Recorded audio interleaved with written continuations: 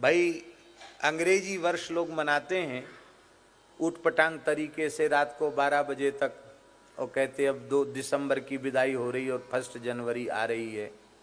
तो उन अंग्रेजों का अनुकरण हिंदू वर्ष मनाने वालों को क्यों करना चाहिए?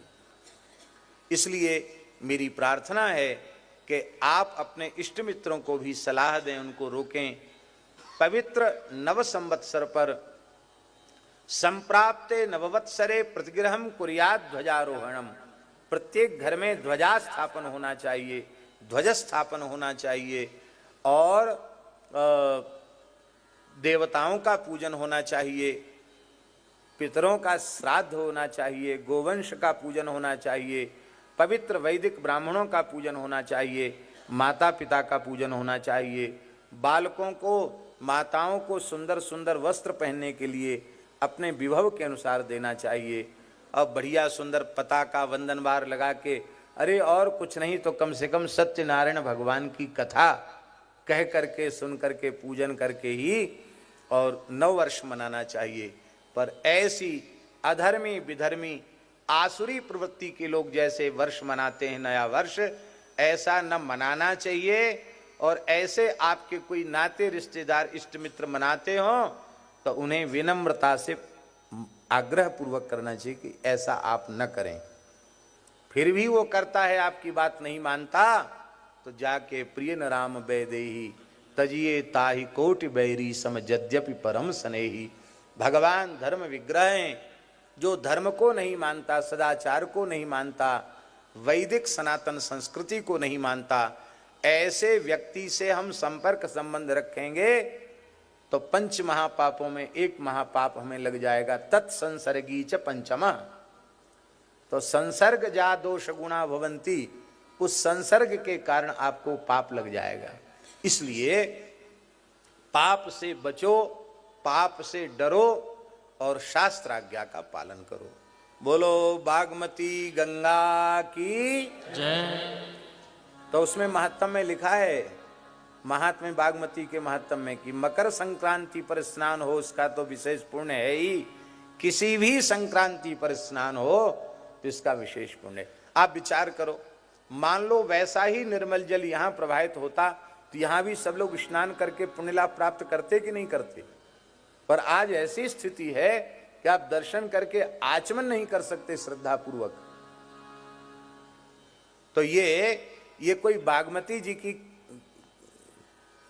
कमी नहीं है, ना भगवान पशुपतिनाथ जी का इसमें दोष है, हम लोगों का दोष है।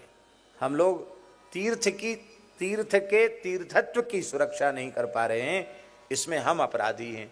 तो हम अपने तीर्थों को बचावें, ऐसी प्रार्थना है।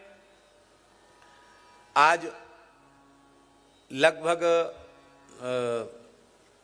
5 बजे, पौने 5 बजे हम आकर यहाँ बैठे हैं, क्योंकि इन्होंने, भैया ने एक चिकित्सक महानुभाव को बुला रखा था, बोले आ जाएं, तो हमने कहा ठीक है।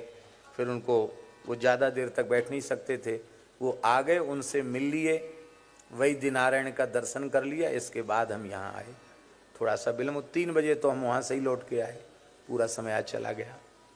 तो अब अधिक समय न लेकर के, ये 5 बजे की बात हम इसलिए कह रहे हैं कि कम से कम 3 घंटा तो कथा होनी चाहिए। 8 बजे तक तो होगी, 10-5 मिनट और बढ़ जाए तो भगवान की इच्छा, लेकिन 8 बजे तक तो कथा होनी है। जिसको जाना हो बीच में, उनको कोई बहुत आग्रह नहीं है, वो प्रेम से उठ करके जा सकते हैं, बस दूसरे को विक्षेप न करें। और जो सुन सकते हों तो वो बैठ करके सुने, ये अच्छी बात है।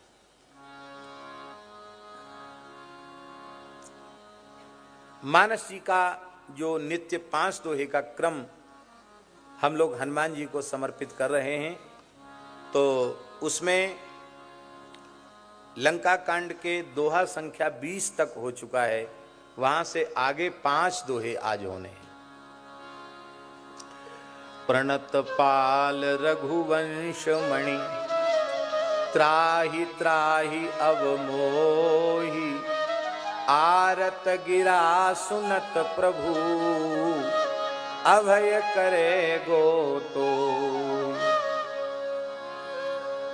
रे कपिपोत बोल संभारी, मूढ़ न जाने मोहि सुरारी। कहु निज नाम जनक कर भाई, केहि नाते मानिए मिताई। अंगद नाम बाली कर बेटा, तासों कब बई बेटा। अंगद बचन सुनत सकुचाना, रहा बाली बानर में जाना। अंगद तई बाली कर बालक, उपजहु वंश अनल कुल घालक। गर्भ न गयहु व्यर्थ तुम जायहु, निज मुख तापस दूत कहायहु। अब कहु कुशल बाली पहि जाई, बूझहु कुशल सखाउर लाई।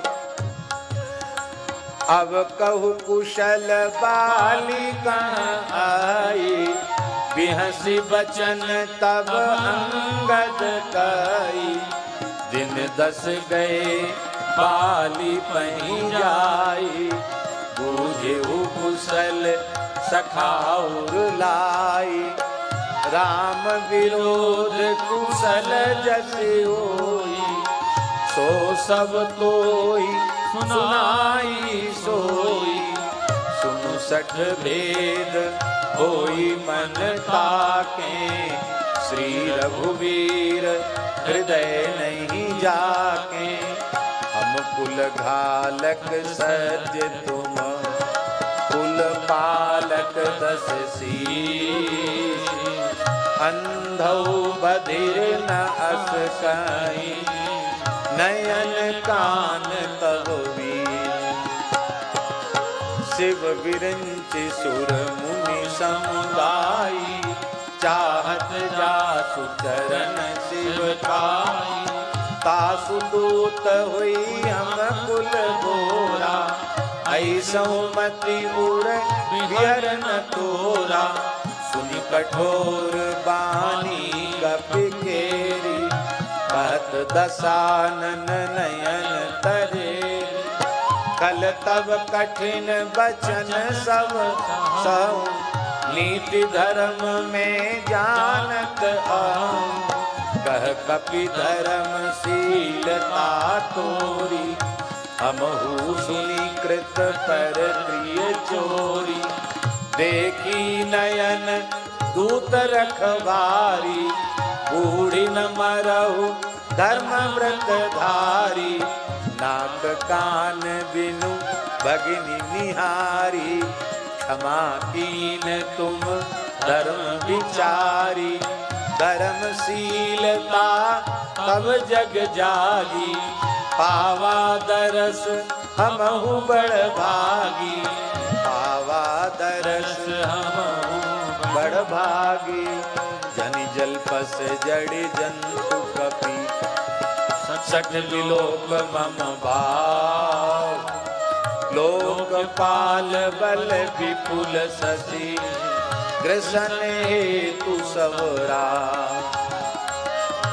मुनि नवसर मम करनि कर, कमलिन पर करि वास। शोभत भयउ मरालय, शंभु सहित कैलास। तुम्हारे कटक माझ सुनो अंगद, मोसन विरही कवन जोधा। तब प्रभु नारी विरह बलहीना, अनुजता सुख दुखी मलीना। तुम सुग्रीव कुल द्रुम दो, अनुज हमार वीर अति सो। जामवंत मंत्री अति बूढ़ा, सो किए हो अब संग्रारूढ़ा। विकर्म जानहि नल नीला, है कपि एक महाबलशीला।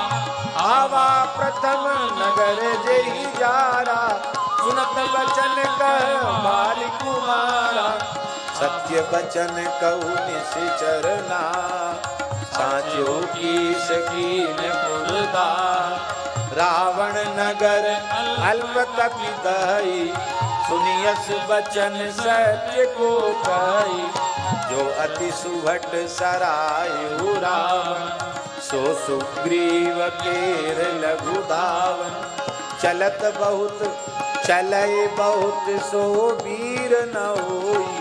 बटवा खबर लेन हम सोई। सत्य नगर कपि जारेऊ, बिनु प्रभु आय सुपाय। फिर न गयो सुग्रीव कहीं, तेहि भय रहा लुका। सत्य कहीं 10 कंठ सब, मोहि न सुनि कछु को। को न हमारे कटक अस, तो सन लरत जो सो। प्रीति विरोध समान सन, करिय नीति असताई। जो मृगपति बद में डुकन, भल की कहे कोता। यद्यपि लघुता राम कहूँ, तो ही बधे बड़ दोष। तदपि कठिन 10 कंठ सुनो, क्षत्र जाति कर रोष। वक्रोक्ति धनु वचन सर, हृदय दयूरि पुकीस। प्रत्युत्तर सड़सिन मनो, काढ़त भट 10 शीस। हसी बोल्यो 10 मौलि तब, कपि कर बड़ गुण एक। जो पाले जो प्रतिपाले, तासु हित करिय उपाय अनेक। धन्य कीस जो निज प्रभु काजा, जाता नाचै परिहरि राजा। नाच कूद करि लोग रिझाई, पति हित करई धर्म निपुणाई। अंगद स्वामी भक्त तब जाति, प्रभु गुण कस न कहसी भांति। मैं गुण गात परम सुजाना, तब कटु रटन करऊं नहीं काना। कपि तब गुण गात ताई, सत्य पवन सुत मोहि सुनाई। वन विधंसी सुत बधिपुर जारा, तदपि न तेहि कछु कृत अपकारा।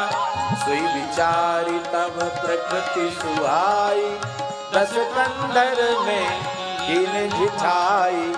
देखूं आए जो कछु कपि भाषा, तुमरे लाज न रोष न माखा। जो असिमति पितु खाए कीसा, कई अस बचन हसा 10 सीसा। पितई खाए खात्यु पुनि तोहि, अबहि समझि परा कछु मोहि। बाली विमल जस भाजन जानी, हतउ न तोहि अधम अभिमानी।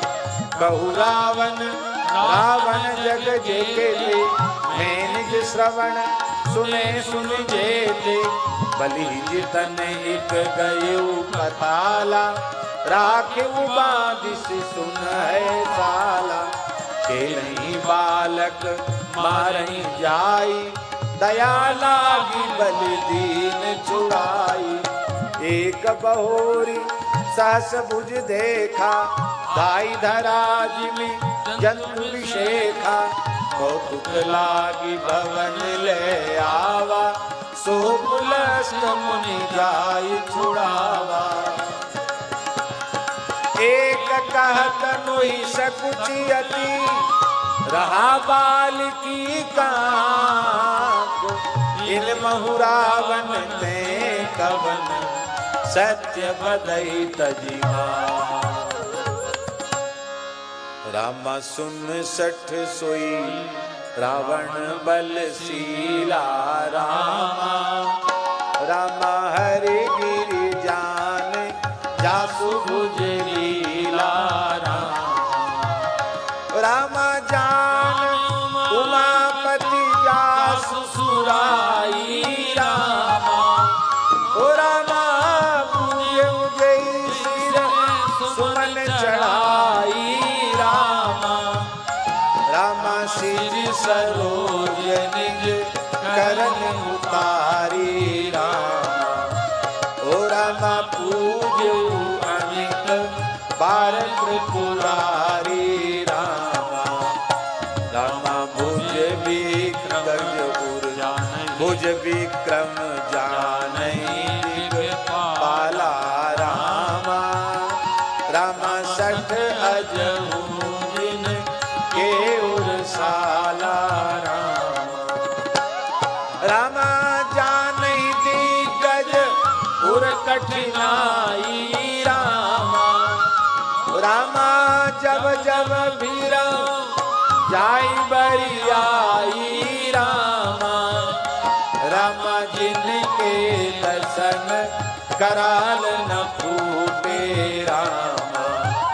ओ रामा उर लागत मूलक इव टूटे रामा।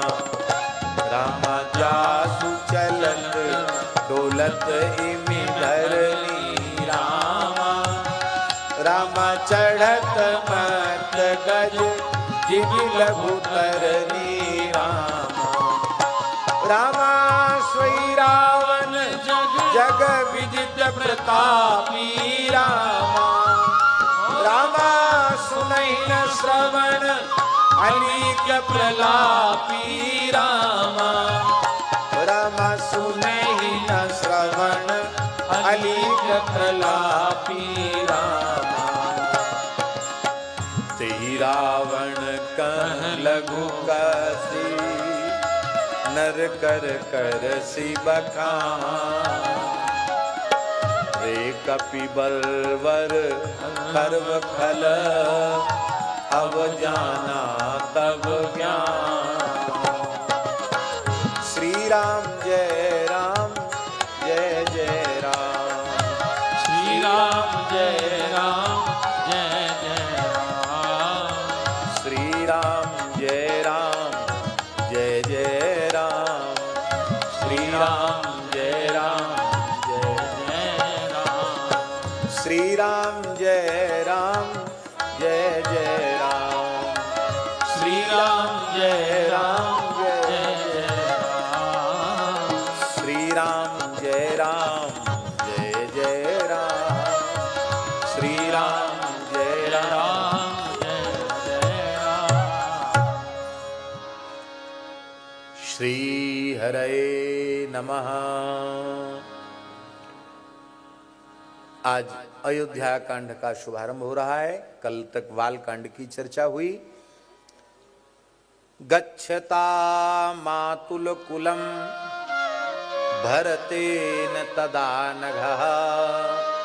शत्रुघ्नो नित्य शत्रुघ्नो नीतः प्रीति पुरस्कृतः। ये श्रीमद् वाल्मीकि रामायण के अयोध्या कांड के प्रथम सर्ग का प्रथम श्लोक है।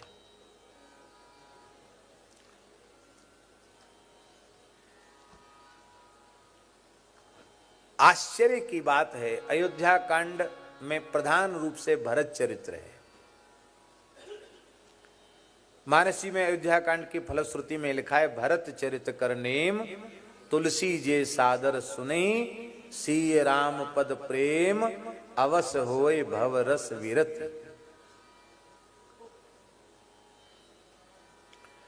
पर महर्षि वाल्मीकि भरत जी का स्मरण तो कर ही रहे हैं। हमको ऐसा लगता है कि शत्रुघ्न चरित्र से अयोध्या कांड का प्रारंभ कर रहे हैं। इस श्लोक में विशेष रूप में महर्षि वाल्मीकि लघु कुमार शत्रुघ्न जी का ही स्मरण कर रहे हैं। मानस जी में अथवा अन्य रामायणों में भी सबसे अल्प चरित्र प्रकट रूप में शत्रुघ्न जी का ही दिखाई पड़ता है, पर विचार की दृष्टि से शत्रुघ्न जी का चरित्र सबसे विशिष्ट है। श्री गोविंदनाथ स्वामी जी ने, भूषण टीकाकार ने एक बहुत अच्छी बात कही। उन्होंने कहा कि धर्म के समग्र स्वरूप को इस धरा पर स्थापित करना ये श्री रामावतार का प्रयोजन है, और वह कार्य राम जी अकेले नहीं करते हैं, चारों भाइयों के सहित करते हैं। तो गोविंदराज स्वामी जी ने, आचार्य जी, लिखा है कि सामान्य धर्म का पालन श्री राम जी करते हैं। राम जी का धर्म सामान्य धर्म है, वर्ण धर्म, आश्रम धर्म और दशकम धर्म लक्षणम, अहिंसा, सत्यमस्ते, शौचिंद्री निग्रह, शमदम, ये सब 10 धर्म के लक्षण जो चातुर्वर्णे ब्रवीन मनु, मनु जी ने चारों वर्णों के लिए धर्म के 10 लक्षणों को स्वीकार किया है। बड़ी ऊंची बात है। केवल ब्राह्मण के लिए ही अहिंसा धर्म नहीं है, क्षत्रिय, वैश्य और शूद्र के लिए भी अहिंसा ही धर्म है। सत्य केवल ब्राह्मण के लिए नहीं है, ब्राह्मण, क्षत्रिय, वैश्य, शूद्र चारों वर्ण के लिए सत्य है। अस्तेय माने कभी किसी की मूल्यवान से मूल्यवान वस्तु की हमें आवश्यकता है तो भी उसकी बिना इच्छा के लेना नहीं, मांगना भी नहीं, मन में संकल्प भी नहीं करना, इसी का नाम है स्तेय। पतंजलि महर्षि ने लिखा है, अस्तेयाद रत्न लाभा।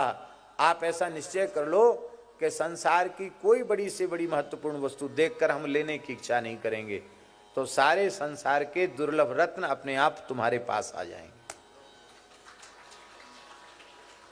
चाहना छोड़ दो।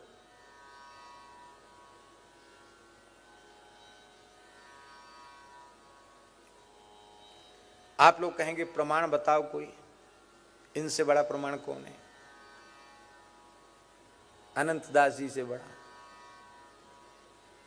2 पैसा की किसी की नौकरी नहीं करते,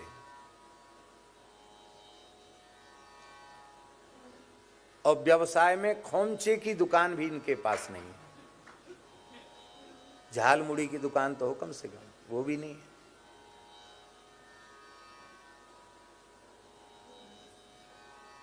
और साल में कितनी यात्रा कर लेते हैं कि इनके टिकट का ही खर्च कोई जोड़ ले या सुन ले, समझ ले साल भर का, तो बावरा हो जाएगा कि अरे भैया इतना, और शंका करने लगेगा कि ये क्या करते हैं, कहाँ इनका कोई अंतर्राष्ट्रीय किसी गिरोह से संबंध है क्या, या वाह पे तो एक पैसा कहाँ से आयो। और बासी टिकट से यात्रा नहीं करते हैं। बासी टिकट जानते हो ना, पहले से टिकट नहीं बनाते, एयरपोर्ट पर जाकर टिकट बनाते हैं, वही निश्चय करते हैं कि पूरब जाना कि पश्चिम जाना कि उत्तर जाना कि दक्षिण जाना, वही निश्चय करते हैं, पहले से निश्चय भी नहीं करते। और बिजनेस क्लास में ही बैठते हैं, जिस फ्लाइट में बिजनेस क्लास की सुविधा नहीं उसमें टिकट नहीं लेते। किसी विशेष परिस्थिति में बैठना पड़ जाए वो बात अलग है, लेकिन प्रायः और तत्काल का टिकट ये तो सोचते ही नहीं कि ये आज कितना महंगा है। महंगा सस्ते का विचार नहीं है।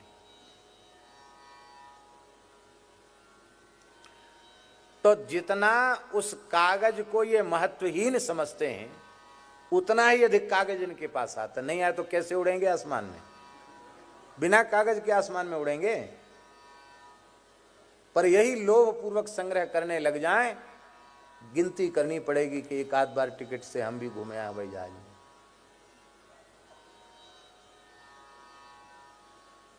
जिस वस्तु को जितना ठुकराओगे वस्तु उतनी अधिक आपके पास आएगी। हाँ, ये बात अवश्य है कि मनुष्य को भगवान जो कुछ प्रदान करें उसका अत्यंत विवेक पूर्वक उपयोग करना चाहिए। ये अच्छी बात है, ये तो बढ़िया बात है।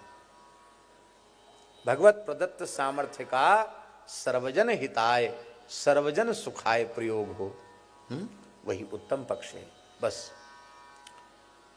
तो राम जी का धर्म सामान्य धर्म, स्थेय, श्रौच, बाहर भीतर की पवित्रता, ये चारों वर्णों के लिए, इंद्रिय निग्रह चारों वर्णों के लिए, शम दम तप तितिक्षा उपरति सबके लिए। फिर अलग अलग वर्ण के विशेष धर्म है, ब्राह्मण का अलग है, क्षत्रिय का अलग है, वैश्य का अलग है, शूद्र का अलग है, स्त्री का अलग है, सबके अलग अलग वैयक्तिक धर्म है। तो इस धर्म का जो आचरण करते हैं वो सामान्य धर्म का आचरण है, वो सामान्य धर्म है। और ये सामान्य धर्म ही धर्म का मूल है, धर्म की आधारशिला है। बहुत ध्यान से सुने, सामान्य शब्द का धर्म के आगे सामान्य इस शब्द को श्रवण करके आप उस धर्म को हल्का मत समझ लेना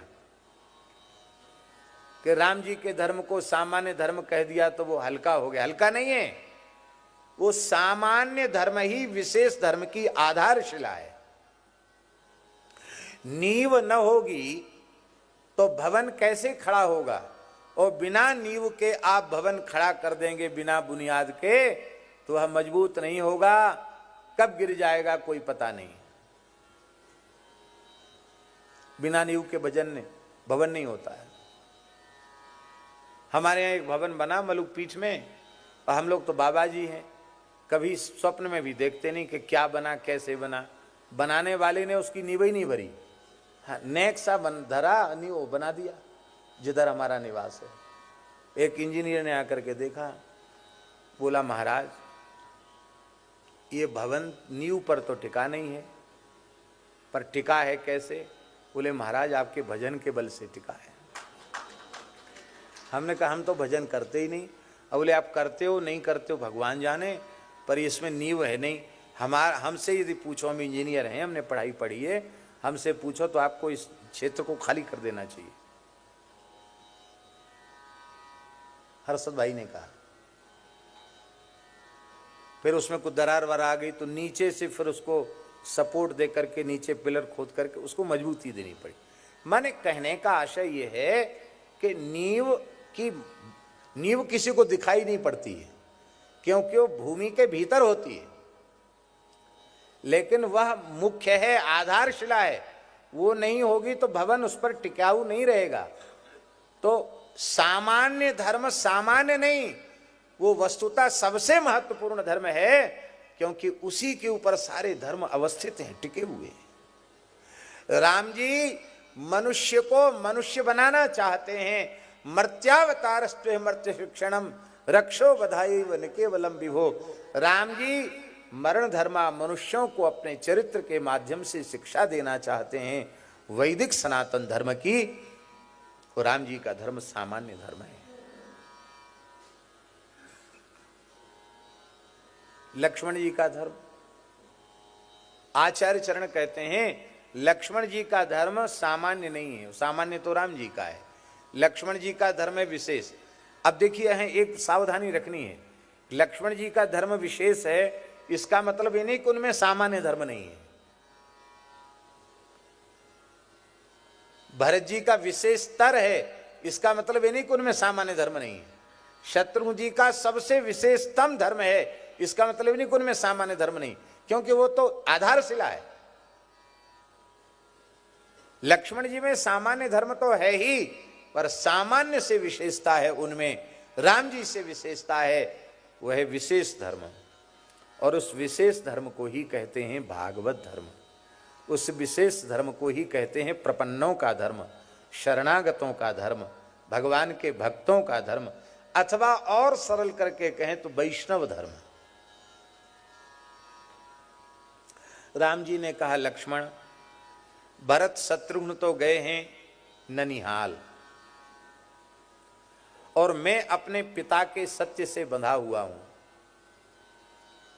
मैं संकल्प कर चुका हूं कि मैं अपने पिता के सत्य की रक्षा करूंगा ही। तो अब तुम्हारा कर्तव्य यही है कि तुम अयोध्या में रहकर प्रजा के आंसू पोंछो, पिताजी को ढाढ़स बंधाओ, माताओं को ढाढ़स बंधाओ। अब सारा भार तुम्हारे कंधे पर है। खूब बढ़िया से राम जी जैसा कौन बोलना जाने, बढ़िया से समझाया। और ये भी कह दिया, जा सुराज नृप प्रजा दुखारी, सो नृप अवश्य नरक अधिकारी। देख लो, संसार में अपकीर्ति होगी, तुम्हारी निंदा होगी, और मरने के बाद भी स्वर्ग मिलेगा नहीं। लक्ष्मण जी ने कहा, जिसको लौकिक पारलौकिक भोगों की प्राप्ति की इच्छा हो उसको इस धर्म का उपदेश कीजिए। जिसको संसार में यश कीर्ति चाहिए उसको सुनाओ आप, जिसको स्वर्ग चाहिए उसको सुनाओ। न तो हमें संसार का कोई भोग पदार्थ चाहिए, न संसार की कोई पद प्रतिष्ठा चाहिए, न यश कीर्ति चाहिए, और न परलोक में हमें कुछ चाहिए। क्यों? बोले प्रभु, ये जो धर्म आप उपदेश दे रहे हैं ये हमारा धर्म नहीं है, ये धर्म तो है आपका, और थोप रहे हैं आप हमारे ऊपर। सो इस सेवक की प्रार्थना है, आप अपना विचार, अपना धर्म उपदेश अपने ही पास रखिए। हाँ, हम तो विशेष धर्म का पालन करने वाले हैं। राम जी ने कहा, भाई हम समझ लें विशेष धर्म क्या है। बोले, सवै पुंसाम परो धर्मो यतो भक्तिरधुक्षजे, अहैतुक्य प्रतिहत ययात्मा संप्रसीदति। वही परम धर्म है। जिस धर्म का आचरण करने से आप में भक्ति हो जाए, आप में प्रेम हो जाए। कैसी भक्ति? अहेतुकी अप्रतिहता, जिस भक्ति में कोई हेतु न हो, और जो भक्ति कभी प्रतिहत न हो, जो भक्ति कभी बाधित न हो, ऐसी भक्ति हो जाए।